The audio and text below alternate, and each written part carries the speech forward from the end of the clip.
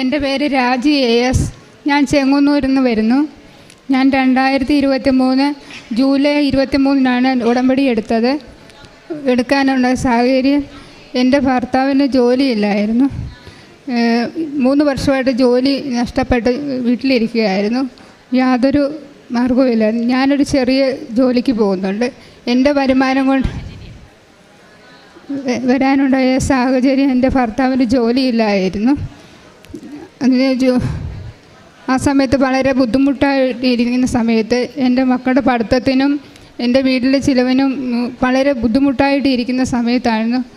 ഞാൻ ഇങ്ങനെ ഇരിക്കുന്ന സമയത്ത് മരണത്തെപ്പറ്റി ചിന്തിച്ചു. ആ സമയത്ത് എന്നോട് ആരോ പറയുന്നത് പോലെ കൃപാസനത്തിൽ പോകൂ, നിൻ്റെ ജീവിതം കാനായിലെ കല്യാണത്തിൽ വെള്ളം വീങ്ങാക്കിയതുപോലെ നിൻ്റെ ജീവിതം അത്ഭുതം നിറയുമെന്ന് ആരോ പറയുന്നത് പോലെ എനിക്ക് തോന്നി. അപ്പോൾ അടുത്ത വീട്ടിലെ ചേച്ചിയുടെ അടുത്ത് ചെന്ന് പറഞ്ഞു, ചേച്ചി കൃപാസനത്തിൽ പോകണം. ചേച്ചി പറഞ്ഞു നമുക്ക് ഞായറാഴ്ച പോകാം. ഞായറാഴ്ച പോകാമെന്ന് പറഞ്ഞ് ചേച്ചിയുടെ അടുത്ത് ശനിയാഴ്ച ഞാൻ ചെന്നപ്പോൾ ചേച്ചി എന്നോട് പറഞ്ഞു, ഞാൻ വരുന്നില്ല, എനിക്ക് വരാനുള്ള പൈസ ആയില്ല, അതുകൊണ്ട് ഇയാൾ പൊയ്ക്കോ എന്ന് പറഞ്ഞു. ഞാനെങ്ങനെ ഇവിടെ വന്ന് ഉടമ്പടി എടുത്ത് എനിക്ക് യാതൊരു ബുദ്ധിമുട്ടും ഉടമ്പടിയെക്കുറിച്ച് എന്താണെന്ന് പോലും അറിയത്തില്ലായിരുന്നു. അങ്ങനെ വന്ന് ഞാൻ ഉടമ്പടി എടുത്തു. ഞാൻ അച്ഛൻ്റെ ദാനവും സാക്ഷ്യവും ഒക്കെ കേൾക്കുമായിരുന്നു. പത്രമൊന്നും വായിക്കുകയില്ലായിരുന്നു. പത്രം കിട്ടുമെങ്കിലും പത്രം വായിക്കില്ല, സാക്ഷ്യം കേൾക്കും. ആ സമയത്തായിരുന്നു ഇങ്ങനെ ഉടമ്പടി എടുത്തത്. ഉടമ്പടി എടുത്ത് ഇവിടെ വന്ന് ഉടമ്പടി എടുത്ത് വീട്ടിൽ ചെന്ന് കഴിഞ്ഞ് ഞാൻ അന്ന് വൈകിട്ട് തിരി കത്തിച്ച് പ്രാർത്ഥിച്ചു. പിറ്റേ ദിവസം 5:30 ആയപ്പോൾ ഞാൻ തിരി കത്തിച്ച് പ്രാർത്ഥിച്ചപ്പോൾ നീല ചിത്രശലഭം വന്ന് പ്രാർത്ഥന സമയം വരെയും ഇങ്ങനെ വീട്ടിൽ വന്ന് കറങ്ങി. അപ്പോൾ എൻ്റെ മനസ്സിലൊന്നും ചിന്ത ഒന്നും ഉണ്ടായില്ല. പിറ്റേ ദിവസം അന്ന് വൈകിട്ട് ഞാൻ പ്രാർത്ഥിച്ചപ്പോഴും അതേ പച്ച തിരി കത്തിച്ച് പ്രാർത്ഥിച്ചപ്പം പച്ച കളറിലെ ചിത്രശലഭം ഇങ്ങനെ വന്ന് 3 ദിവസമായിട്ട് വന്നിങ്ങനെ കറങ്ങി. അപ്പോൾ എൻ്റെ ഒരു ഭർത്താവ് പറഞ്ഞു, ദേ നിൻ്റെ മാതാവ് വന്നിരിക്കുന്നു. അപ്പോഴും ഞാനൊന്നും എൻ്റെ മനസ്സിലൊന്നും ചിന്തയുണ്ടായില്ല. പിന്നെ പല പ്രാവശ്യമായിട്ട് എനിക്ക് സുഗന്ധങ്ങൾ അനുഭവിക്കാനും ഇടയായിട്ടുണ്ട്. പിന്നെ ഉടമ്പടി എടുത്ത് 2 മാസമായപ്പോഴത്തേക്കിന് എൻ്റെ ഭർത്താവിന് ജോലി ലഭിച്ചു. പിന്നെ എൻ്റെ മൂത്ത മകൾ BSc നേഴ്സ് പഠിക്കുകയായിരുന്നു. ആ സമയത്ത് ജോലി കിട്ടി. എൻ്റെ കടബാധ്യത അങ്ങനെ കുറേശ്ശെ മാറിക്കൊണ്ടിരിക്കുന്നു. ആ സമയത്താണ് എൻ്റെ മകൾക്ക് ഫീസ് അടയ്ക്കാൻ 1 വർഷത്തെ ഫീസ് അടയ്ക്കണം. ഫീസ് അടച്ചെങ്കിൽ മാത്രമേ പരീക്ഷ എഴുതുവാൻ പറ്റുകയുള്ളായിരുന്നു. 95,000 രൂപ അടയ്ക്കണമായിരുന്നു. അപ്പം ലോണിന് കൊടുത്തു. ലോണുകളൊന്നും ശരിയായില്ല. ഫീസ് അടയ്ക്കാൻ വലിയ ബുദ്ധിമുട്ടാണ്. 20-ാം തീയതി ഫീസ് അടച്ചില്ലെങ്കിൽ പരീക്ഷ എഴുതാൻ പറ്റത്തില്ല എന്ന് പറഞ്ഞു. അങ്ങനെ ഇത് ബുദ്ധിമുട്ടിയിരുന്ന് പലരോടും പൈസ ചോദിച്ചെങ്കിലും അവർ വായ്പയായിട്ട് ആരും തരാൻ തയ്യാറായില്ല. അവരപ്പം നമ്മളെ ആക്ഷേപിക്കുകയും ഒക്കെ ചെയ്യുകയായിരുന്നു പൈസ കടം ചോദിക്കുമ്പോഴത്തേക്കിനും. അങ്ങനെ അമ്മ മാതാവിൻ്റെ കൃപ കാരണം 95,000 രൂപയും പലരും നമ്മളെ സഹായിച്ച് 30-ാം തീയതി ഡേറ്റ് നീട്ടി കിട്ടുകയും ചെയ്തു. 26-ാം തീയതി ആയപ്പോഴത്തേക്കിന് എനിക്ക് ഫീസ് അടയ്ക്കാൻ പറ്റി. മോള് പരീക്ഷ എഴുതി ഫസ്റ്റ് ക്ലാസ്സോട് പാസ്സായി. ഇപ്പം ജോലിക്ക് വേണ്ടി പോകാൻ തയ്യാറെടുക്കുവാണ്. പിന്നെ ഞാൻ കൃപാസന പത്രം ഞാൻ ജോലിക്ക് പോകുന്ന സ്ഥലത്ത് കൊടുക്കും, പോകുന്ന വഴിയോരത്ത് കൊടുക്കും, അയൽവാസികൾക്ക് കൊടുക്കും, ആശുപത്രികളിലൊക്കെ കൊണ്ട് കൊടുക്കാറുണ്ട്. 7 വർഷമായിട്ട് എനിക്ക് മുട്ടിന് വേദനയുണ്ടായിരുന്നു. എനിക്ക് ജോലിക്ക് പോകാനായിട്ട് വളരെ ബുദ്ധിമുട്ടായിരുന്നു. എളുപ്പം ജോലി ചെയ്യാനോ എളുപ്പം നടക്കാനോ ഒന്നും പറ്റത്തില്ലായിരുന്നു. ഞാൻ ഇവിടെ ഒന്ന് ഉടമ്പടി എടുത്തതിന് ശേഷം എൻ്റെ മുട്ടിന് വേദന മാറി. ഇപ്പം എനിക്ക് സ്പീഡ് ജോലി ചെയ്യാൻ പറ്റും, സ്പീഡിൽ നടക്കാനും എല്ലാം എനിക്ക് പറ്റുന്നുണ്ട്. പിന്നെ എൻ്റെ ഭർത്താവിന് 5-6 വർഷമായിട്ട് കിരണ്യ ആ കിരണ്യ മൂലം ജോലിക്ക് പോകാൻ ഭയങ്കര ബുദ്ധിമുട്ടായിരുന്നു. വേദന കൊണ്ട് ഒരു ദിവസം ജോലി കഴിഞ്ഞ് വന്ന സമയത്ത് ഭയങ്കര വേദനയായിട്ടാണ് വന്ന സമയത്ത് എന്നോട് പറഞ്ഞു, ഭയങ്കര വേദനയാണ്, നീ പ്രാർത്ഥിച്ച് കൃപാസന അമ്മയുടെ തൈലം തരാൻ പറഞ്ഞു. അപ്പം ഞാൻ കൃപാസന മാതാവിൻ്റെ തൈലം കൊടുത്തു. എൻ്റെ ഭർത്താവ് അത് പുരട്ടി 5 മിനിറ്റ് കഴിഞ്ഞപ്പം വേദന മാറി. പിന്നെ ഇതുവരെയും ആ വേദന വന്നിട്ടില്ല. ഇപ്പോൾ സന്തോഷമായിട്ട് ജോലിക്ക് പോകുന്നു. പ്രേക്ഷിത പ്രവർത്തനം ഞാൻ ആശുപത്രിയിലൊക്കെ പോയി എന്നിൽ കഴിയുന്ന സഹായങ്ങളൊക്കെ ചെയ്തു കൊടുക്കാറുണ്ട്. പിന്നെ വഴിയോരത്തുള്ള ആൾക്കാർക്ക് എൻ്റെ കഴിവനുസരിച്ച് പൈസ കൊടുത്ത് സഹായിക്കും. ഞാൻ ജോലിക്ക് പോകുന്ന വഴിയിലൊരു അച്ഛനുണ്ട്, അച്ഛനും ഞാൻ പൈസ കൊടുത്ത് സഹായിക്കാറുണ്ട്. പിന്നെ ഞാൻ എന്നും പ്രാർത്ഥിക്കും, എന്നും പ്രാർത്ഥിക്കും. ഞാൻ ജോലി സമയത്ത് ഒഴിവ് സമയം കിട്ടുന്ന സമയത്തും ഞാൻ പ്രാർത്ഥിക്കും. ഞാൻ അവിടെ ഓരോ ക്രിസ്ത്യനായ ഒരു ചേട്ടനോട് ഞാൻ പറഞ്ഞു എനിക്ക് ബൈബിൾ വേണം എന്ന് പറഞ്ഞു. അപ്പോൾ ആ ചേട്ടൻ എനിക്ക് ബൈബിൾ കൊണ്ടു തന്നു. ഞാൻ അന്ന് മുതൽ ബൈബിൾ വായിക്കാറുണ്ട്, 2 നേരവും വായിക്കും. എനിക്ക് ഒഴിവ് കിട്ടുന്ന സമയങ്ങളിലെല്ലാം വായിക്കും. ഇപ്പം ഞാൻ നേരത്തെ എനിക്ക് പെട്ടെന്ന് ദേഷ്യം വരികയും എല്ലാവരോടും ആരോടും സംസാരിക്കാനും എനിക്ക് ബുദ്ധിമുട്ടായി അങ്ങനെ തോന്നാറുണ്ടായിരുന്നു. ഇപ്പോൾ എല്ലാവരോടും എനിക്ക് സംസാരിക്കാനും എല്ലാവരോടും ദയവ് കാണിക്കാനും എനിക്ക് പറ്റുന്നുണ്ട് ഉടമ്പടി എടുത്തതിന് ശേഷം. പിന്നെ ചെറുതും വലുതുമായ അനേക അനുഗ്രഹങ്ങൾ എനിക്ക് അമ്മ മാതാവ് തന്നിട്ടുണ്ട്. എല്ലാ അനുഗ്രഹങ്ങൾക്കും അമ്മ മാതാവിനും തിരുക്കുമാരനും ഞാൻ നന്ദി അർപ്പിക്കുന്നു. സകല ജനതകൾക്കും വേണ്ടിയിട്ടുള്ള സന്തോഷത്തിൻ്റെ സദ്വാർത്തയായിട്ട് ഈശോ എങ്ങനെയാണ് ലോകത്തിലേക്ക് അവതരിച്ചത് ലൂക്കാ 2:10 നാം വായിക്കുന്നുണ്ട്. ഈശോയുടെ ജനനം തന്നെ സകല മനുഷ്യർക്കും വേണ്ടിയിട്ടുള്ള സന്തോഷത്തിൻ്റെ സദ്വാർത്തയാണ്. തൻ്റെ ഹസ്ബൻഡിന് 3 വർഷമായിട്ടൊന്നും ജോലിയില്ല. അങ്ങനെ ഒരു ജോലിയില്ലാത്ത അവസ്ഥയിൽ കടബാധ്യതകളൊക്കെ ഒത്തിരിയാകുമ്പോൾ മുമ്പോട്ട് ജീവിക്കണമെന്ന ആഗ്രഹം പോലും ഇല്ലായിരുന്നു എന്നാണ് നാം കേട്ടത്. ആ സാഹചര്യങ്ങളിൽ ഈ മകള് ഇവിടെ വരുന്നതിന് മുൻപേ അച്ഛൻ്റെ ഉടമ്പടി ധ്യാനങ്ങൾ, സാക്ഷ്യങ്ങളൊക്കെ യൂട്യൂബിലൂടെ കേൾക്കുമായിരുന്നു. പിന്നീട് ഈ മകളോട് അങ്ങനെ അച്ഛൻ്റെ ധ്യാനങ്ങൾ കൂടി, ബഹുമാനപ്പെട്ട VP ജോസഫ് അച്ഛൻ്റെ ധ്യാനങ്ങൾ കൂടിക്കൊണ്ടിരുന്ന ഈ മകൾക്ക് ഒരു ഉൾപ്രേരണ തോന്നുകയാണ്. അത് ഇവിടെ നമ്മോട് പങ്കുവച്ചത്, കാനായിലെ കല്യാണ വീട്ടിലെ പോലെ നിൻ്റെ ജീവിതത്തിലെ ദുരിതങ്ങളൊക്കെ മാറിപ്പോകും, നീ കൃപാസനത്തിലേക്ക് പോവുക എന്ന ഒരു സ്വരമാണ് ഈ മകൾ കേൾക്കുന്നത്. അങ്ങനെ അമ്മ നമ്മോട് സംസാരിക്കുന്നതായും അമ്മയുടെ സാന്നിധ്യം അത് സുഗന്ധാഭിഷേകമായി, അതുപോലെ തന്നെ ഇവിടെ പല ആവർത്തി പറഞ്ഞ ഒരു കാര്യമാണ്. ഇതിനു മുമ്പ് സാക്ഷ്യങ്ങളിൽ പറഞ്ഞു, ബട്ടർഫ്ലൈ ആയിട്ടൊക്കെ പ്രാർത്ഥനയുടെ സമയത്ത്, അതായത് 2-3 ദിവസം അതിനു മുമ്പൊന്നും കാണാതിരുന്ന ഒരു കാഴ്ചയൊക്കെ ഇവർക്ക് എങ്ങനെയാണ് അത് പിന്നീട് ഇവരുടെ ഹൃദയത്തിലേക്ക് തന്നെ അത് അനുഭവപ്പെടുന്ന ഒരു അവസ്ഥയും വീട്ടിലുള്ളവർ പറയുന്ന കാര്യങ്ങളുമൊക്കെ ആ ഇതിൽ നമുക്ക് തോന്നും ഇതൊരു ബട്ടർഫ്ലൈയുടെ കാര്യമല്ലേ, ഇതെന്തിനാണ് ഇവിടെ പറയുന്നതെന്ന്. എന്നാൽ അത് അനുഭവിച്ചവർക്ക് അവരുടെ ജീവിതത്തിൽ അത് അവരൊരിക്കലും കണ്ടിട്ടില്ല. പച്ച കളർ തിരി കത്തിക്കുമ്പോൾ പച്ച ബട്ടർഫ്ലൈ, നീല കളർ തിരി കത്തിക്കുമ്പോൾ നീല ബട്ടർഫ്ലൈ, അത് ആ മുറിയിൽ കൂടി മാത്രം ചരിക്കുന്നു. ആ ഒരു അനുഭവം അതിവർക്ക് മാത്രമേ കിട്ടുകയുള്ളൂ. നാം എന്തുമാത്രം ഇവിടെ ഇരുന്ന് ചിന്തിച്ചാലും തല പുകഞ്ഞാലും ഇതെന്തിനാ ഇതെന്നൊക്കെ ചിന്തിച്ചാൽ നമുക്ക് ചിന്തിക്കാമെന്ന് മാത്രമേ ഉള്ളൂ. അനുഭവം നമുക്ക് സ്വന്തമല്ല.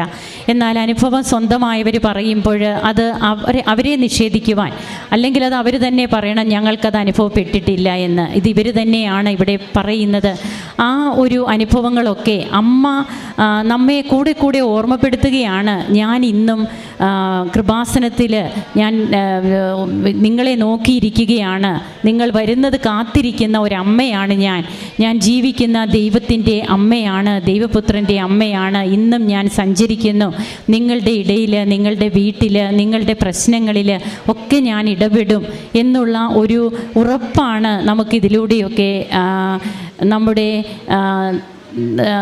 നമുക്ക് വിശ്വാസത്തിൻ്റെ നേത്രങ്ങൾ കൊണ്ട് നാം അനുഭവതലങ്ങളിലെ ബോധ്യങ്ങൾ നിറയുമ്പോൾ നമുക്ക് മനസ്സിലാക്കുവാനും പറയുവാനും കഴിയുന്നത് അങ്ങനെയാണ്. തൻ്റെ ജീവിതത്തിൽ പിന്നീട് മാറ്റങ്ങളുണ്ടായി. ഭർത്താവിന് 2 മാസം കൊണ്ട് തന്നെ ജോലി കിട്ടുന്നു.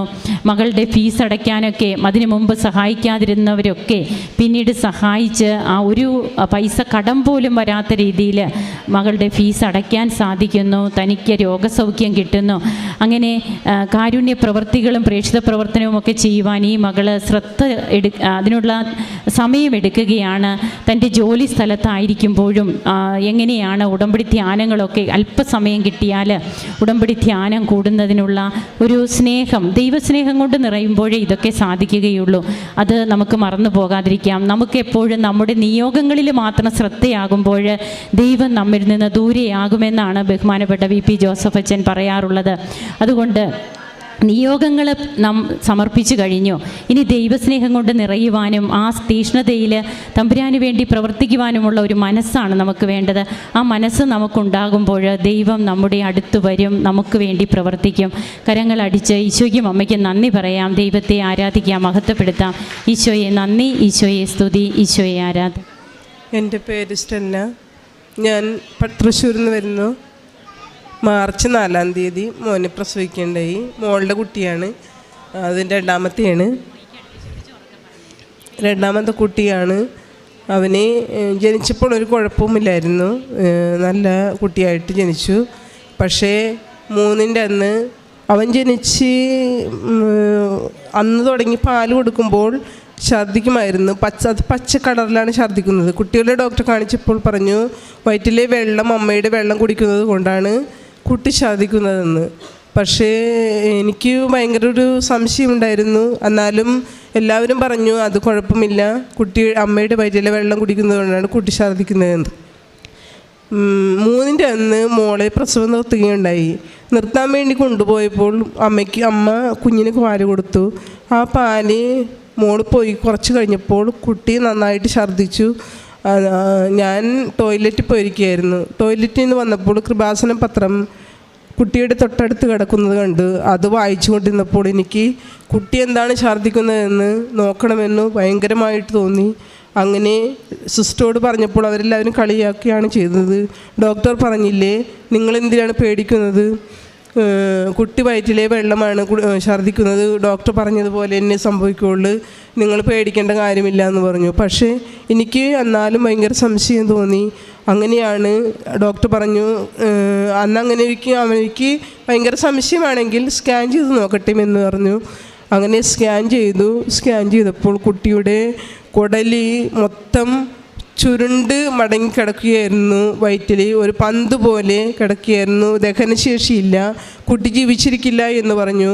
ഉടനെ തൃശ്ശൂർ മെഡിക്കൽ കോളേജിലേക്ക് കുട്ടിയെ ആംബുലൻസിൽ കൊണ്ടുപോയി. കുട്ടിയെയും അമ്മയെയും ആംബുലൻസിൽ കൊണ്ടുപോയി. മോളെ സ്കെച്ചറിൽ കിടത്തിയാണ് കൊണ്ടുപോയത്. പ്രസവം നിർത്തി ഓർമ്മ പോലും വീഴുന്നതിന് മുന്നേ ആംബുലൻസിൽ കയറ്റി. അങ്ങനെ തൃശ്ശൂർ ചെന്നപ്പോൾ അവിടെ ബെഡ് ഒഴിവില്ല എന്ന് പറഞ്ഞ് ജൂബിലിയിലേക്ക് കൊണ്ടുപോയി.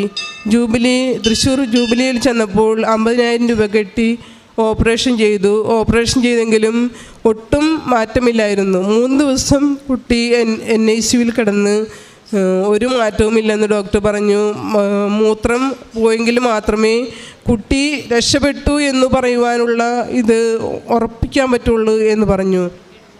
എന്നാലും കുടലി ഒരു പന്ത് പോലെ മറിഞ്ഞ് ഉള്ളിലേക്ക് കിടക്കുകയായിരുന്നു. അത് ദഹനം കിട്ടിയില്ലെന്നാണ് പറയുന്നത്.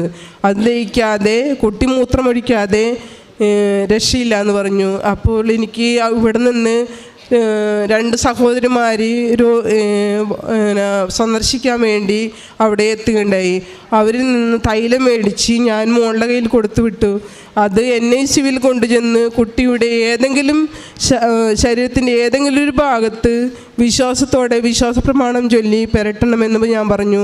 അത് പെരട്ടി കഴിഞ്ഞപ്പോൾ പിറ്റേ ദിവസം തന്നെ ഡോക്ടർ വിളിക്കുകയുണ്ടായി. കുട്ടിക്ക് ഒരു കുഴപ്പവുമില്ല, എല്ലാം നോർമലായിട്ടുണ്ട്, പേടിക്കേണ്ട കാര്യമില്ല. എങ്കിലും അവന് 18 ദിവസം NICUവിൽ കിടത്തി ഒരു കുഴപ്പമില്ലാതെ ഈ മോനെ ഞങ്ങൾക്ക് തന്നു. അങ്ങനെ ഞാൻ ഉടമ്പടി എടുത്തോളാമെന്ന് ഈ കൃപാസനം പത്രം കിട്ടിയപ്പോൾ തന്നെ മാതാവിനോട് പറഞ്ഞിരുന്നു. അതിൻ്റെ ഫലമായി 18/6 ഞാനിവിടെ വന്ന് ഉടമ്പടി എടുത്തു. 23/9 ഞാൻ പുതുക്കി. ആ പുതുക്കലിൽ ഞാൻ മാതാവിനോട് പറഞ്ഞിരുന്നു, എൻ്റെ മക്കൾക്ക് ഒരു ജോലി ശരിയാവാതെ ഇത്രയും നാളായിട്ടും ഡിഗ്രി കഴിഞ്ഞിട്ട് ഇത്രയും വർഷമായിട്ട് അവർക്ക് ഒരു ജോലിയില്ലാതെ 2 പേരും ആൺകുട്ടികൾ 2 പേരും വാർക്കപ്പണിക്കാണ് പോരുന്നത്. ഒരു പ്രതീക്ഷയെല്ലാം നഷ്ടപ്പെട്ട ജീവിതത്തിൽ എനിക്ക് പക്ഷെ മാതാവ് എന്നെ കൈവിട്ടില്ല. എനിക്ക് എൻ്റെ മക്കൾക്ക് ഞാനിവിടെ വന്ന് 23/9 ഉടമ്പടി എടുത്ത് പുതുക്കിയതിൻ്റെ 5ൻ്റെ അന്ന് അവന് ഇൻ്റർവ്യൂ പാസ്സായി, അവന് ജോലി കിട്ടി. 2 പേർക്കും ജോലി ശരിയായി. ഒരാൾക്ക് ജോലി കിട്ടിയതിൻ്റെ 2ൻ്റെ അന്ന് രണ്ടാമത്തെ മകനും ജോലി ശരിയായി. അങ്ങനെ മാതാവ് ഞങ്ങളെ ഭയങ്കരമായിട്ട് അനുഗ്രഹിച്ചിരിക്കുകയാണ്. അത് ഞാൻ അതേപോലെ കാരുണ്യപ്രവർത്തികൾ എന്ന് പറയുന്നത്, ഞാൻ കുർബാന പ്രാർത്ഥനയെല്ലാം മുടങ്ങാറുണ്ടായിരുന്നു. സ്ഥിരമായിട്ട് പ്രാർത്ഥനയൊന്നും ചൊല്ലാറുണ്ടായിരുന്നില്ല. പക്ഷേ ഇവിടെ വന്ന് ഉടമ്പടി എടുത്ത അന്ന് മുതൽ ഒരു ദിവസം പോലും ഞങ്ങൾ പ്രാർത്ഥനയിൽ മുടങ്ങാതെ ചൊല്ലുവാനും പള്ളിയിൽ പോകുവാനും എല്ലാം എനിക്ക് സാധിക്കുന്നുണ്ട്. എന്നെ മാതാവ് അത്രയുമായിട്ട് അനുഗ്രഹിക്കുന്നുണ്ട്. രോഗികളെ സന്ദർശിക്കുവാനായാലും എന്തിനായാലും പോകുവാനായിട്ട് എൻ്റെ കയ്യിലുള്ള പോലെ എല്ലാവരെയും സഹായിക്കുവാനായിട്ട് എനിക്ക് സാധിക്കുന്നുണ്ട്. അത് എൻ്റെ മാതാവ് എപ്പോഴും എൻ്റെ കൂടെ ഉണ്ടാകണമെന്ന് ഞാൻ അമ്മയോട് പ്രാർത്ഥിക്കുകയാണ്. എനിക്ക് ഈ കുഞ്ഞിനെ കാണുവാനും അവൻ്റെ സ്വരം ഒന്ന് കേൾക്കുവാനും ഈ മാതാവിടെ വാക്കിയതിൽ ഞാൻ മാതാവിനോട് എന്നും കടപ്പെട്ടിരിക്കുകയാണ്. കൃപാസന പത്രം ഞാനിവിടെ നിന്ന് കൊണ്ടുപോകുന്നത് ഞാൻ അയൽവക്കത്തും പള്ളിയിൽ പോകുമ്പോൾ അവിടെ എല്ലാവർക്കും കൊടുക്കുവാറുണ്ട്. ഇവിടെ നിന്ന് വാങ്ങിച്ച് 2-3 പത്രങ്ങൾ വാങ്ങിക്കാറുണ്ട്. അതെല്ലാം പള്ളിയിൽ കൊണ്ടുപോയി കൊടുക്കുകയും വീടുകളിൽ കൊടുക്കുകയും ചെയ്യാറുണ്ട്. മാതാവ് ഇവിടെ വന്നിരിക്കുന്ന എല്ലാവരെയും, നിങ്ങൾ ഓരോരുത്തരെയും മാതാവ് അനുഗ്രഹിക്കും. ഈ കുഞ്ഞിനെ തന്നതുപോലെ എന്തോരം മക്കളില്ലാത്തവർക്കും എല്ലാവർക്കും, രോഗികൾക്കും എല്ലാവർക്കും മാതാവ് തുണയായിരിക്കട്ടെ എന്ന് ഞാൻ പ്രാർത്ഥിക്കുകയാണ്. സങ്കീർത്തനം 34:18 തിരുവചനം പറയുന്നു, ഹൃദയം നുറുങ്ങിയവർക്ക് കർത്താവ് സമീപസ്ഥനാണ്, മനമുരുകിയവരെ അവിടുന്ന് രക്ഷിക്കുന്നു. ജീവിതത്തിൻ്റെ പ്രതിസന്ധി ഘട്ടങ്ങളിൽ തൻ്റെ മകളുടെ കുഞ്ഞിൻ്റെ വീണ്ടും ഒരു പുനർജീവിതത്തിൻ്റെ കാര്യമാണ് ഈ അമ്മ ഇവിടെ പങ്കുവച്ചത്. തൻ്റെ മകളുടെ കുഞ്ഞിന് എന്തായിരുന്നു പ്രോബ്ലമെന്നും പിന്നീട് അത് എങ്ങനെ പരിഹരിക്കപ്പെട്ടു, ഉടമ്പടി എടുക്കാം, ഒരു കൃപാസന പത്രം കിട്ടുകയാണ്. കൃപാസന പത്രം വായിക്കുന്നു. പിന്നീട് അന്ന് തന്നെ അമ്മയുടെ അടുത്ത് വരാമെന്ന് വാക്ക് കൊടുക്കുകയാണ്. പിന്നീടാണ് വന്ന് ഉടമ്പടി എടുക്കുന്നത്. അതുമൂലം ആ അമ്മയോട് പറഞ്ഞ ആ നിമിഷം മുതൽ കുഞ്ഞ് സൗഖ്യം നേടുവാൻ തുടങ്ങി എന്നുള്ളതാണ് നമുക്ക് മനസ്സിലാകുന്നത്. അങ്ങനെ തൻ്റെ മകൾക്ക് കിട്ടിയ കുഞ്ഞിൻ്റെ ജീവിതവും അതുപോലെ തന്നെ മക്കൾക്ക് ജോലിയില്ലായിരുന്നു വർഷങ്ങളായിട്ട്. അങ്ങനെ ജീവിതത്തിൻ്റെ പലതരത്തിലുള്ള വീഞ്ഞു തീർന്നു പോകുന്ന അവസ്ഥകളിൽ ദൈവം നമ്മുടെ ജീവിതത്തിൽ ഇടപെടുന്ന കാനായിലെ കല്യാണത്തിൻ്റെ ഒരു അനുഭവങ്ങളാണ് ഉടമ്പടി സാക്ഷ്യങ്ങളായിട്ട് ഇവിടെ നമുക്ക് പറയാനായിട്ട് ഓരോരുത്തരും കടന്നു വരുന്നത്. നമുക്ക് ഈ കുടുംബത്തെ ദൈവതൃക്കരങ്ങളിൽ സമർപ്പിച്ചുകൊണ്ട് കരങ്ങളടിച്ച് ഈശോയ്ക്കും അമ്മയ്ക്കും നന്ദി പറയാം, ദൈവത്തെ ആരാധിക്കാം, മഹത്വപ്പെടുത്താം. അത്യപൂർവ ദൈവാനുഭവങ്ങൾ. പരിശുദ്ധ അമ്മയ്ക്കും എൻ്റെ യേശുവപ്പായ്ക്കും കോടാനുകോടി നന്ദി. ഈ തിരുവൾത്താരയിൽ നിൽക്കാനുള്ള യോഗ്യതയൊന്നും എനിക്കില്ല. എൻ്റെ പേര് ആലിസ് ഫിലിപ്പ്. ഞാൻ ന്യൂയോർക്കിൽ യോങ്കേഴ്സ് എന്ന് പറഞ്ഞ സ്ഥലത്ത് വരുന്നു. ഞങ്ങൾ അവിടെ കുടുംബമായിട്ട് താമസിക്കാൻ തുടങ്ങിയിട്ട് വർഷങ്ങളായതാണ്. ഞാൻ യോങ്കേഴ്സ് സെൻറ്റ് ജോസഫ് മിഷനിലെ അംഗമാണ്. ഞാൻ പല പ്രാവശ്യം ഈ കൃപാസനത്തിന് മുമ്പൊക്കെ പോയിട്ടുണ്ട്. ഞങ്ങളുടെ ഭാഷയിൽ പറഞ്ഞാൽ എനിക്കതിനൊന്നും മതിപ്പ് തോന്നിയില്ല ഇങ്ങോട്ടൊന്ന് കയറാനോ ഒന്ന് നോക്കാനോ ഒന്നും. പക്ഷേ 2022 ഫെബ്രുവരി 19 എനിക്ക് അമ്മയുടെ അടുത്ത് വരേണ്ടി വന്നു. ഒരു ഉൾവിളി എന്ന പോലെ ഞാനിവിടെ ഓടിയെത്തിയതാണ്. 2 ഹൈന്ദവ സഹോദരികളുടെ കൂടെയാണ് ഞാനിന്ന് വരുന്നത്. ആകസ്മികമായി അവരും ഇവിടെ എവിടെയോ ഉണ്ട്. ഞാൻ വന്നത് എൻ്റെ മകൻ്റെ മക്കളാണ് ഇവർ 2 പേരും. ഈ മൂത്ത കുഞ്ഞ് 2.5 വയസ്സായി. ഞങ്ങൾ സ്കൂളിൽ ചേർത്തപ്പം മനസ്സിലായി ഇവന് സാധാരണ സ്കൂളിലൊന്നും ഇരിക്കാൻ പറ്റത്തില്ല. 7 ദിവസം കഴിഞ്ഞപ്പോൾ ഇവനെ സ്കൂളിൽ നിന്ന് അവർ പറഞ്ഞു കൊണ്ടുപോക്കോ, ഞങ്ങൾക്ക് ഇവനെ മാനേജ് ചെയ്യാൻ പറ്റത്തില്ല. ഞങ്ങൾ തന്നെ നോട്ട് ചെയ്തായിരുന്നു ഇവന് ഇച്ചിരി ഹൈപ്പറാണ്. ഇളയ കുഞ്ഞുണ്ടായപ്പോഴേക്കും ഇവനെ ഒന്ന് ഒതുക്കാവല്ലോ എന്നൊക്കെ ഓർത്താണ് സ്കൂളിൽ കൊണ്ടാക്കിയത്. പക്ഷേ അവർക്ക് 7 ദിവസം പോലും ഇവനെ നോക്കാൻ പറ്റിയില്ല. പൈസ കൊടുത്ത് ഞങ്ങളാക്കിയത് അവർ തിരിച്ചു തന്നു. അവർ തിരിച്ചു തന്നില്ല. അവർ പറഞ്ഞു കുഞ്ഞിനെ കൊണ്ടുപോകുമോ, ഞങ്ങൾക്ക് പറ്റത്തില്ല എന്ന്. സ്പെഷ്യൽ അസസ്മെൻ്റൊക്കെ നടത്തണം, ഇവനെ സ്പെഷ്യൽ സ്കൂളിൽ ചേർക്കാവുള്ളൂ എന്ന് പറഞ്ഞു. അങ്ങനെ ഞങ്ങൾ എൻ്റെ മകൻ പല ഇങ്ങനെ അസസ്മെൻ്റ് അവിടുത്തെ കാര്യങ്ങളൊക്കെ ചെയ്തു.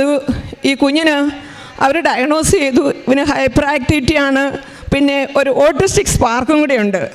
അതുകൊണ്ടാണ് ഇവന് സംസാരിക്കാൻ നമ്മൾ ചോദിച്ചാൽ ഇവനൊന്നും മറുപടി പറയത്തില്ലായിരുന്നു. ഞങ്ങൾ ചെവി വരെ പരിശോധിച്ച് നോക്കി, ഇവന് കേൾവിയുടെ കുറവ് വല്ലതുമാണോ, അങ്ങനെ ഒന്നുമില്ലായിരുന്നു. അങ്ങനെയാണ് ഞാൻ ഇവന് വേണ്ടിയും പിന്നെ ഈ ഇളയ കുഞ്ഞിന് ജനിച്ച് 1 മാസം ആയപ്പോൾ സിവിയർ എക്സീമ, അന്നൊക്കെ നിയോനേറ്റൽ എക്സീമ എന്ന് പറഞ്ഞാലും ഇവൻ്റെ കാര്യം തുടർന്ന് പറയാം. ഇവനെ ഞങ്ങൾ സ്പെഷ്യൽ സ്കൂളിൽ 1 വർഷം വിട്ടു. സ്പീച്ച് തെറാപ്പി, ആ തെറാപ്പി, ഈ തെറാപ്പി എല്ലാം കൊടുത്തു. ഞാനിവിടെ വന്ന് ഉടമ്പടി എടുത്തിട്ടുണ്ടായിരുന്നു. ഞാൻ വിശ്വാസത്തോടെ പ്രാർത്ഥിച്ചുകൊണ്ടിരുന്നു. അച്ഛൻ പറയുന്ന പോലെ ഇതൊരു ഹെവി ഡ്യൂട്ടി ഐറ്റമാണ്, ഇതൊരു മരുന്ന് കൊണ്ട് മാറുന്നതല്ല എന്ന് എനിക്ക് നല്ല ഉറച്ച വിശ്വാസമുണ്ടായിരുന്നു. ഞാനൊരു നേഴ്സാണ്, എനിക്കറിയാം ഇതൊരു മരുന്നിനെ മാറ്റാൻ പറ്റുന്നതല്ല. അങ്ങനെ പ്രാർത്ഥനയും ഉപവാസവും നോയമ്പും ഒക്കെ ആയിട്ട് ഞാൻ കഴിഞ്ഞു. അങ്ങനെ അവന് ഒരുവിധം ഒന്ന് സെറ്റിലായെന്ന് എനിക്ക് തോന്നി. 1 വർഷം കഴിഞ്ഞപ്പോൾ ഞാൻ അവനെയും കൊണ്ട് കഴിഞ്ഞ വർഷം ഇവിടെ വന്നു. മാർച്ച് 30-ാം തീയതി ഇവിടെ വന്നു. 31-ാം തീയതി ഞാൻ കുഞ്ഞിനെയായിട്ട് ഇവിടെ എത്തി. അച്ഛനെ കണ്ടു, ബ്ലെസ്സിങ്സ് വാങ്ങിച്ചു. അച്ഛൻ്റെ ബ്ലെസ്സിങ്സ് പൂർത്തിയാക്കാൻ പോലും എനിക്ക് പറ്റത്തില്ലായിരുന്നു. അത്രയ്ക്ക് ഇവന് ഇവിടുന്ന് ഓടിപ്പോക്കായിരുന്നു. എല്ലാവർക്കും അന്നത്തുണ്ടായിരുന്ന ആർക്കെങ്കിലും അറിയാം, അവരെല്ലാവരും എന്നെ പരിഗണിച്ചു. കാരണം ഇവൻ്റെ കരച്ചിലും ബഹളവും ഓട്ടമൊക്കെ ആയപ്പോഴും ഞാൻ തന്നെ കൺട്രോൾ പോകുമെന്ന് എനിക്ക് തോന്നി. അതുപോലെയായിരുന്നു അന്നത്തെ അവൻ്റെ അവസ്ഥ. പക്ഷേ ഇതെല്ലാം കഴിഞ്ഞ് അവനെ അവിടെ കൊണ്ടുപോയി.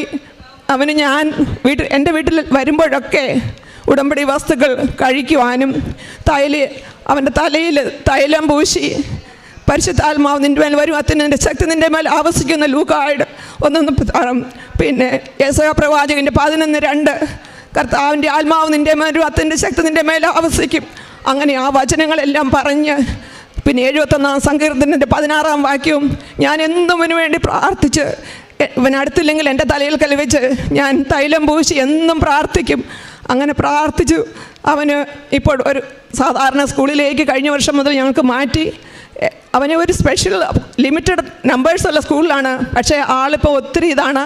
ഈ മാസം ഇപ്പം ഞങ്ങൾക്ക് അവനെ ഒരു കുർബാനയ്ക്കൊക്കെ കൊണ്ടുപോകാൻ പറ്റും. ഇല്ലെങ്കിൽ ഞങ്ങൾക്ക് ഒരു കുർബാനയിൽ ഇരിക്കാനോ നിൽക്കാനോ ഇത്ര സമയം ഇവിടെ വന്നിരിക്കാനോ ഒന്നും പറ്റത്തില്ല. അങ്ങനെ ഒരു അവസ്ഥയായിരുന്നു. എൻ്റെ കുഞ്ഞിന് കൊടുത്ത ഈ വലിയ സൗഖ്യത്തിനായിട്ട് ഞാൻ കോടാനുകോടി നന്ദി പറയുന്നു.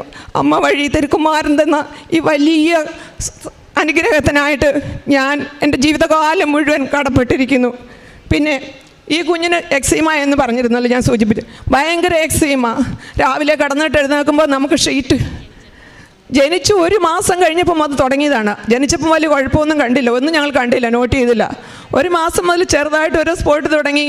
അത് ഹെഡ് ടു ടോ, ഉച്ച മുതൽ ഉള്ള കാൽ വരെ അതങ്ങ് പടന്നു. തൊലി പൊളിയും, ചൊറിഞ്ഞ് ചോര വരും. രാത്രിയിലൊക്കെ ഉടുപ്പിൻ്റെ അറ്റം നമുക്ക് കാണാൻ ചോര പിടിച്ച് കിടക്കുന്നത്. വളരെ വിഷമിച്ചിട്ടുണ്ട്. ഈ കുഞ്ഞിന് എന്നായിട്ടാലും അവൾ ചൊറിയും. കൈനീളമുള്ള ഉടുപ്പും അങ്ങനെ എല്ലാം എന്തെല്ലാം ഇട്ടിട്ട് ഒരു കുഴപ്പമില്ല. മരുന്നുകൾ ഞങ്ങൾ ചെയ്യാത്തില്ല. അവിടെയും ചെയ്തു. നാട്ടിൽ നിന്ന് ഞാൻ പോയപ്പോൾ കുറേ ഓയിൻമെൻറ്റൊക്കെ ഇവിടെ സ്കിൻ ഡോക്ടറെ കണ്ട് അതൊക്കെ വാങ്ങിച്ചുകൊണ്ട് പോയി. ഒക്കെ ഒന്ന് കുറയും, വീണ്ടും അതുപോലെ തന്നെ പൊന്തി വരും. മുടി പോലും പോയായിരുന്നു എൻ്റെ കുഞ്ഞിൻ്റെ. അങ്ങനെയായി ഞാൻ വീണ്ടും, ഇത് എൻ്റെ ഉടമ്പടിയിലെ 2ാമത്തെ ഉടമ്പടിയായിരുന്നു. ഞാൻ അതിനു വേണ്ടിയിട്ടും അവളുടെ ശരീരത്തിൽ അച്ഛൻ്റെ യൂട്യൂബ് ധ്യാനം കൂടുമ്പോൾ ഞാൻ ശരീരത്തിൻ്റെ എല്ലാ ഭാഗത്തും കൈകൾ വെച്ച് മുട്ടുമേൽ നിന്ന് പ്രാർത്ഥിക്കുമായിരുന്നു. അങ്ങനെ ഞങ്ങൾക്ക് ഒരു 6 മാസമായി ഇവളുടെ ശരീരത്തിൽ ഇപ്പോൾ ഒന്നുമില്ല. അവൾക്ക് തന്നെ അറിയാം. കാരണം അവൾ വീട്ടിൽ വരുമ്പോൾ ഞാൻ ഉടമ്പടി വസ്തുക്കളും തൈലവും ആ സ്പോട്ടിലെല്ലാം കൊണ്ട് പരട്ടുന്ന എണ്ണ. അപ്പോൾ അവൾക്ക് പറയും, അമ്മച്ചി എനിക്ക് മാതാവിൻ്റെ എണ്ണ തന്നാൽ മതി, അതാണ് എൻ്റെ ബുമ്പൂന്ന് പൊക്കോളൂന്ന്. ഇപ്പോൾ അവൾക്കറിയാതെ എവിടെ വന്നാലും പറയും, അമ്മേ എനിക്ക് വേദന വരുമ്പം മാതാവിൻ്റെ ഓയിൽ തന്നാൽ മതി, എനിക്ക് വേറൊന്നും വേണ്ടെന്ന്. അങ്ങനെ എൻ്റെ 2 കുഞ്ഞുങ്ങൾക്കും അമ്മ മാതാവ് വഴി യേശുവപ്പച്ചൻ കൊടുത്ത അനുഗ്രഹത്തിന് കോടാനുകൂടി നന്ദി. ഇനിയും ചെറുതും വലുതും അനേകം അനുഗ്രഹങ്ങൾ അമ്മ എനിക്ക് തന്നിട്ടുണ്ട്. അമ്മ കൂടെ ഉണ്ടെന്നുള്ളൊരു ഉറച്ച വിശ്വാസമാണ് എന്നെ നടത്തുന്നത്. കുറച്ച് നാളുകൾക്ക് മുമ്പേ എൻ്റെ കാലിൻ്റെ മുട്ടിന് അതിശീഘ്രമായ വേദനയായിരുന്നു. ഒരു ഇടത്തെ കാലിന്. എന്നും മുട്ടുകുത്തി പ്രാർത്ഥിക്കുന്നൊരു വ്യക്തിയായിരുന്നു ഞാൻ. അമ്മയോട് ചോദിച്ചു, ഞാൻ എങ്ങനെ മുട്ടുകുത്തും ഇങ്ങനെ വേദന തന്നാൽ? എങ്കിലും ഞാൻ ഒറ്റക്കാലിൽ മുട്ടുകുത്തുമായിരുന്നു. വണ്ടി ഓടിക്കാൻ ജോലിയിൽ എൻ്റെ കൂടെയുള്ളവരോട് പറയും, എനിക്ക് ഈ വേദന വരുമ്പോൾ ഞാൻ ഇങ്ങനെ ക്ഷീണിച്ച് തലകറങ്ങുന്ന പോലെ വരും, ഞാൻ എവിടെയെങ്കിലും ഇരിക്കും. അതങ്ങനെ നിലനിൽ ഒരു ഫ്യൂ സെക്കൻഡ്സ് അങ്ങനെ വന്ന് പോകും. അങ്ങനെ ഇടയ്ക്കിടയ്ക്ക് ഉണ്ടായിക്കൊണ്ടിരുന്നു. ഡ്രൈവ് ചെയ്യുമ്പോഴും എപ്പോഴും ഞാൻ എപ്പോഴും മാതാവിനെ വിളിച്ചുകൊണ്ടിരുന്നു. ജപമാലയൊന്നും ഉടമ്പടി എടുക്കുന്നതിന് മുന്നേ എനിക്ക് വലിയ തീക്ഷ്ണതയൊന്നുമുള്ള വ്യക്തി ആയിരുന്നില്ല. പക്ഷേ ഇത് പിന്നെ എൻ്റെ ഒരു ആയുധമായി മാറി. അങ്ങനെ എനിക്ക് എന്നാ തീർത്ത് പോയെന്ന് എനിക്കറിയത്തില്ല. ഒരു 6-7 മാസമായിട്ട് എനിക്കിപ്പോൾ അങ്ങനെ ഒരു വേദന പോലും തോന്നുന്നില്ല. അങ്ങനെ എനിക്ക് അമ്മ ഒത്തിരി കാര്യങ്ങൾ, ഒത്തിരി ചെറിയ ചെറിയ അനുഭവങ്ങൾ എൻ്റെ ജീവിതത്തിലുണ്ട്. പറയാനാണെങ്കിൽ ഒത്തിരിയുണ്ട്. പിന്നെ എൻ്റെ പ്രേക്ഷിത പ്രവർത്തനങ്ങൾ ഞങ്ങൾക്ക് നമ്മുടെ നാട്ടിൽ കൊടുക്കുന്ന പോലെ ചോറും പൊതിയോ അങ്ങനെയൊന്നും ചെയ്യാനോ എവിടെയെങ്കിലും പോകാനോ ഒന്നും സാധ്യമല്ല. അതുകൊണ്ട് ഭക്ഷണ സാധനങ്ങൾ വാങ്ങിച്ചു കൊടുക്കാം നമുക്ക് ഫോസ്റ്റർ ഹോമിലേക്ക്. ഞങ്ങളുടെ പള്ളിയിൽ തന്നെ അതിൻ്റെ സൗകര്യമുണ്ട്. ഞാൻ എന്ന് കടയിൽ പോയോ അന്നൊക്കെ എൻ്റെ ഒരു ടൈത്ത് എന്ന നിലയിൽ അവർക്കുള്ള ഭക്ഷണ സാധനങ്ങൾ ഞാൻ വാങ്ങിച്ചു കൊണ്ട് വയ്ക്കും.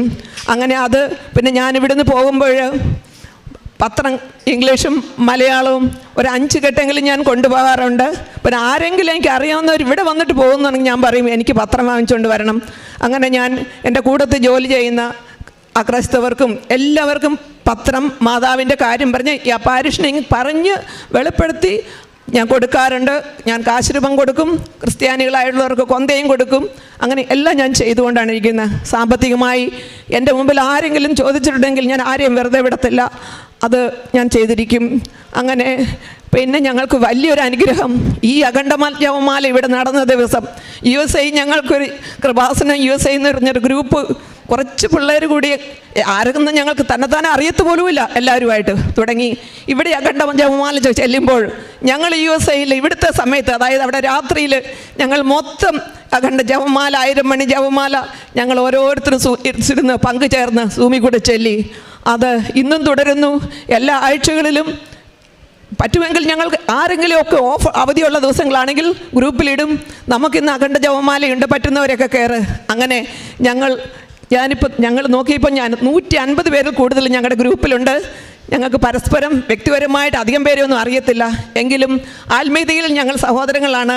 ഞങ്ങളെല്ലാവരും അഖണ്ഡ ജപമാല ആഴ്ചയിൽ 1 പറഞ്ഞതുപോലെ ചൊല്ലി കാഴ്ചവെക്കാറുണ്ട്.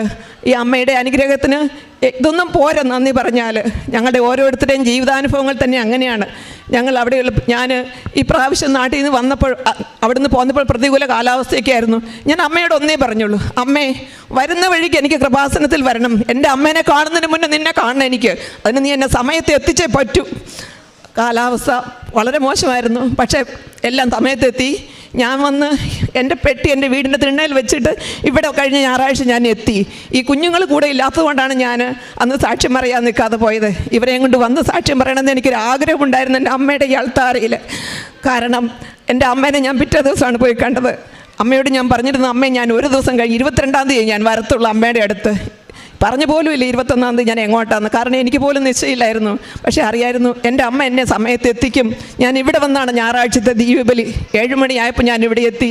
ഇവിടെ ഇരുന്ന് കൂടി എനിക്ക് വളരെ ആത്മസംതൃപ്തിയും സന്തോഷവുമുണ്ട്. ഈ വരവിൽ എനിക്കിത് പറയാനും കൂടെ സാധിച്ചതിൽ എൻ്റെ പൊന്നു തമ്പുരാനും എൻ്റെ അമ്മയ്ക്കും കോടാനുകോടി നന്ദി പറയുന്നു. എനിക്ക് അമ്മയുടെ പ്രത്യക്ഷം ഞാൻ കൊന്ത ജപമാലയിലൊക്കെ ഒരു വീഴ്ച വരുത്തിയപ്പോൾ എനിക്കൊരു ദർശനമെന്ന പോലെ ഒരു ദിവസം രാത്രിയിൽ എൻ്റെ അമ്മ എന്നെ പ്രത്യക്ഷപ്പെട്ടു. മോളെ എഴുന്നേക്കെന്ന് പറഞ്ഞ് എന്നെ തട്ടി വിളിച്ച് ഞാൻ നോക്കി. അമ്മേ, എൻ്റെ ഈശോയുടെ അമ്മയെന്നും പറഞ്ഞ് ഞാൻ ചാടി എഴുന്നേറ്റു. അന്ന് മുതൽ എൻ്റെ ജപമാലയുടെ എണ്ണം കൂടാൻ തുടങ്ങി. അതെനിക്ക് മനസ്സിലായി, ഞാൻ ജപമാലയെ വെച്ച് വീഴ്ത്തി അമ്മ എന്നെ ഓർമ്മപ്പെടുത്തിയതാണെന്ന്. അങ്ങനെ എൻ്റെ ആത്മീയ ജീവിതത്തിലും ഒരു ഉണർവ്. 2 ആഴ്ച കൂടുമ്പോൾ എനിക്ക് കുമ്പസാരിക്കാനുള്ളൊരു ദാഹമുണ്ട്. അത് അവിടെ സൗകര്യം ഉള്ളതുകൊണ്ട് എൻ്റെ വീടിനടുത്ത് ദൈവം എനിക്കൊരു പള്ളിയും തന്നുകൊണ്ട് എല്ലാ ദിവസവും കുർബാന കാണാനും ഇങ്ങനെ കുമ്പസാരിക്കാനും ഇതുപോലെയുള്ള ചെറിയ ചെറിയ കാരുണ്യ പ്രവൃത്തികളൊക്കെ ചെയ്യുവാനും എൻ്റെ ജോലിയിൽ തന്നെ എനിക്ക് പറ്റുന്നത് പോലെ എൻ്റെ പഴയ സ്വഭാവത്തിൽ നിന്നൊക്കെ എൻ്റെ ജോലിക്കാരൻ എനിക്ക് എടുത്ത് ചാടിയ ദേഷ്യം വരുന്നൊക്കെ ഒരു സ്വഭാവമായിരുന്നു. ഇപ്പോഴും അതിനൊക്കെ ഒരു വലിയ മാറ്റം വന്നിട്ടുണ്ട്. ഞാൻ ഒന്ന് മാത്രമേ എൻ്റെ അമ്മയോട് പറയുന്നുള്ളൂ, എൻ്റെ ഈശോയോട് പറയുന്നുള്ളൂ. എൻ്റെ നിത്യതയ്ക്ക് തടസ്സമായ ഒരു സന്തോഷം എനിക്ക് വേണ്ട. അതിന് തടസ്സമായി എന്തെങ്കിലും വേദനയുണ്ടെങ്കിൽ അത് ഞാൻ ഏറ്റുകൊള്ളാം. സഹിക്കാനുള്ള ശക്തി കൃപ തരണം. ഇവിടെ ഇതെടുത്തത് കൊണ്ട് നമുക്ക് എന്താ പറയുന്നത്, നമുക്കെല്ലാം ജീവിതം അങ്ങനെ സുഖമൊന്നും ആയിട്ട് പോകുന്നതല്ല. പക്ഷേ ആ മുള്ളുകളിലും മുൾപ്പടപ്പിലും പിടിച്ചു നിൽക്കാനുള്ള ഒരു കച്ചിത്തുരുമ്പ് പോലെ ഈ നിയോഗ പ്രാർത്ഥനയും ഈ ഉടമ്പടിയും നമ്മളെ സഹായിക്കുന്നുണ്ട്. അതെൻ്റെ ജീവിതത്തിൽ എനിക്ക് ഒത്തിരി പ്രയോജനമായി, എൻ്റെ അനുഭവമായി ഞാൻ നിങ്ങളെ അറിയിക്കുകയാണ്. ആരെയും അമ്മ വെറുതെ വിട്ടിട്ടില്ല. ഈ മോൻ്റെ കാര്യം തന്നെ ഞാൻ ഇവിടെ കണ്ട് വന്നപ്പം അമ്മയോട് പറഞ്ഞു, അമ്മ വീട്ടിൽ വന്നവരെ ആരും അമ്മ വെറുതെ വിട്ടിട്ടില്ലല്ലോ. ഞങ്ങളൊക്കെ അമ്മ വീട്ടിൽ പോയാൽ അച്ചാച്ചന്മാർ ഞങ്ങൾക്ക് എന്തെങ്കിലും വാങ്ങിച്ച് തരുള്ളൂ. അമ്മ പറയത്തില്ലേ മകനോട്, ഈ കുഞ്ഞിന് നീ എന്തെങ്കിലും കൊടുത്തു വിടണമെന്ന്. അങ്ങനെ വിശ്വസിച്ചാണ് ഞാൻ ഇവിടെയും കൊണ്ട് പോയത്. അതാണ് അമ്മ വീട്ടിൽ വന്നിട്ട് അവനെ വെറുതെ വിട്ടില്ല. അമ്മ മകനോട് പറഞ്ഞ് അവന് ആവശ്യമുള്ളത് കൊടുത്തു. ഇനിയും എൻ്റെ കുഞ്ഞിനെ 71 സങ്കീർത്തനം പറഞ്ഞതുപോലെ ദൈവത്തിൻ്റെ ശക്തമായ പ്രവൃത്തികളുടെ സാക്ഷ്യമായി അവനെ ഇനിയും ഉയർത്തുമെന്നുള്ള പൂർണ്ണ വിശ്വാസത്തോടെ ഞാൻ എൻ്റെ സാക്ഷ്യം അവസാനിപ്പിക്കുന്നു. എൻ്റെ യേശുപ്പനും എൻ്റെ അമ്മ മാതാവിനും കോടാകോടി സ്തോത്രം. യേശുവേ നന്ദി, യേശുവേ സ്തോത്രം. ശക്തനായവൻ എനിക്ക് വലിയ കാര്യങ്ങൾ അമ്മ മാതാവിലൂടെ സാധിച്ചു തന്നിരിക്കുന്നു. നിങ്ങൾക്കെല്ലാവർക്കും എൻ്റെ അമ്മ എൻ്റെ മകനിലൂടെ അനുഗ്രഹം വാരിത്തരട്ടെ എന്ന് ഞാൻ നിങ്ങളോടൊപ്പം പ്രാർത്ഥിക്കുന്നു. തുടർന്ന് ഞങ്ങളുടെ കൂട്ടായ്മയിൽ നിങ്ങളെല്ലാവരെയും ഓർത്ത് പ്രാർത്ഥിക്കുന്നതായിരിക്കും. നന്ദി. പുറപ്പാട് 33:16 നാം ഇപ്രകാരം വായിക്കുന്നുണ്ട്. തിരുവചനങ്ങൾ നമ്മോട് പറയുന്നു, അങ്ങ് ഞങ്ങളോടൊത്ത് യാത്ര ചെയ്യുമെങ്കിൽ ഞാനും അങ്ങയുടെ ജനവും ഭൂമുഖത്തുള്ള മറ്റെല്ലാ ജനതകളിൽ നിന്ന് വ്യത്യസ്തരായിരിക്കും. മോശ കർത്താവിനോട് പറയുന്ന വാക്കുകളാണ്. കർത്താവ് കൂടെ വരുന്ന അനുഭവങ്ങൾ, താൻ തന്നെ കൂടെ ഉണ്ടാകുമെന്ന വാഗ്ദാനം, അതൊക്കെ ലോകത്തിൻ്റെ ഏതറ്റത്തിരുന്ന് നാം പ്രാർത്ഥിച്ചാലും അല്ലെങ്കിൽ ഉടമ്പടി എടുത്തു പോയ മക്കൾ ലോകമൊട്ടാകെ വ്യാപിച്ച് ഇന്ന് USA-യിൽ നിന്ന് ഈ ഒരു ഉടമ്പടി കൂട്ടായ്മയൊക്കെ അവിടെയുണ്ട്. എങ്ങനെയാണ് അഖണ്ഡ ജപമാല റാലിയൊക്കെ അവിടെ നടക്കുന്നു. തങ്ങൾ എങ്ങനെയാണ് ഒരു കൂട്ടായ്മയായിട്ട് അവിടെ ശക്തിപ്പെട്ട് വരുന്നത്.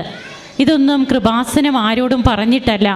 ഓരോ മക്കളും അവർക്ക് ദൈവത്തിന് വേണ്ടിയിട്ട് തങ്ങൾക്ക് ജീവിക്കണം, തങ്ങൾ എന്തെങ്കിലും ചെയ്യണം, നന്മ ചെയ്യണം, ആ ഒരു ചിന്ത വരുമ്പോൾ അവർ തന്നെ ജ്വലിച്ചുകൊണ്ട് ഓരോരുത്തരും ഏറ്റെടുക്കുന്നതാണ് ഈ ഓരോ കൂട്ടായ്മകൾ. അങ്ങനെ തങ്ങൾ അവിടെ ഏറ്റവും നല്ല രീതിയിൽ ഉടമ്പടി പ്രാർത്ഥനയും ജപമാല റാലിയും അങ്ങനെ മറ്റുള്ള കാര്യങ്ങളെല്ലാം, കാരുണ്യ പ്രവർത്തികൾ, ഇതൊക്കെ എങ്ങനെയാണ് ഈ മകൾ ചെയ്തുകൊണ്ടിരിക്കുന്നത്. അങ്ങനെ തൻ്റെ മക്കൾക്ക് കിട്ടിയ വലിയ സൗഖ്യ അനുഭവങ്ങളെക്കുറിച്ചാണ് നാം ഇപ്പോൾ ഇവിടെ പങ്കുവെച്ച് കേട്ടത്. ഇവിടെ 2004 ഓഗസ്റ്റ് മാസത്തിൽ കൃപാസനം പ്രവർത്തകർക്ക് ഒരു സ്ഥിരീകരണ ധ്യാനം ഉണ്ടായിരുന്നു, സ്റ്റെരിഗ്മ. അപ്പോൾ ആ ധ്യാനത്തിൽ ബഹുമാനപ്പെട്ട VP ജോസഫ് അച്ഛൻ്റെ തെദേവും എന്ന് പറയുന്ന ജീവചരിത്ര ഗ്രന്ഥത്തിൽ നമുക്ക് വായിക്കുവാൻ കഴിയും. അന്ന് കൃപാസനത്തിൽ ആ ധ്യാനം നടത്തിക്കൊണ്ടിരിക്കുമ്പോൾ ആ ധ്യാനത്തിൽ പങ്കെടുത്തവർക്ക് ദർശനമുണ്ടായി. അതായത് കൃപാസനത്തിൽ നിന്ന് കുറേ പ്രാവുകൾ ജപമാല കൊത്തിക്കൊണ്ട് ലോകം മുഴുവൻ പോകുന്നു എന്നുള്ളതായിരുന്നു ആ ദർശനം. നമുക്ക് ഓരോ സാക്ഷ്യ അനുഭവങ്ങളും കേൾക്കുമ്പോൾ നാം ഇന്ന് അതൊക്കെ അച്ഛൻ്റെ ജീവചരിത്രം വായിക്കുമ്പോൾ നമുക്ക് മനസ്സിലാകും, ഇതൊക്കെ പിന്നീട് അമ്മ എങ്ങനെയാണ് യാഥാർത്ഥ്യമാക്കി കൊണ്ടുവരുന്നത്. ഇന്ന് ലോകമൊട്ടാകെ യൂട്യൂബിലൂടെയും മറ്റ് മീഡിയയിലൂടെയും അതുപോലെ ലോകത്തിൻ്റെ പല ഭാഗങ്ങളിൽ നിന്നുമൊക്കെ ഓരോ മക്കളും ഉടമ്പടിയെടുത്ത് സാക്ഷികളാകുമ്പോൾ, ദൈവത്തെ മഹത്വപ്പെടുത്തുമ്പോൾ നമുക്കിതൊക്കെ യാഥാർത്ഥ്യമാകുന്നതായിട്ടാണ് അനുഭവം നമ്മോട് പങ്കുവയ്ക്കുന്നത്. അങ്ങനെ ഇന്ന് ജപമാല ഒരു ആയുധമാക്കി ഈ മകൾ മാറ്റിയിരിക്കുന്നു എന്നാണ് പറയുക. ഇവിടെ വന്ന എത്രയോ മക്കളാണ് നിരന്തരം ജപമാല പ്രാർത്ഥിച്ചു കൊണ്ടിരിക്കുന്നത്. ഒരു പുണ്യഭൂമിയാണിത്. ജപമാലയാൽ നനഞ്ഞു കുതിർന്ന ഒരു പുണ്യഭൂമി. ഇവിടെ നാം ആരും വന്നാൽ അത് വെറുതെയാകില്ല. അത് നമുക്ക് കൂടെ ഓർക്കാം. അമ്മയെ കൂട്ടുപിടിച്ച് ഈശോയിലേക്കുള്ള യാത്രയിൽ നമുക്ക് എന്ത് തടസ്സങ്ങളുണ്ടായാലും ആ തടസ്സങ്ങളൊന്നും തടസ്സങ്ങളല്ലാത്ത രീതിയിൽ നമുക്ക് മുമ്പോട്ട് തന്നെ പോകാം, സാക്ഷ്യം പറയുന്നവരാകാം. കരങ്ങളടിച്ച് നമുക്ക് ഈശോയ്ക്കും അമ്മയ്ക്കും നന്ദി പറയാം, ദൈവത്തെ ആരാധിക്കാം, മഹത്വപ്പെടുത്താം. അത്യപൂർവ ദൈവാനുഭവങ്ങൾ.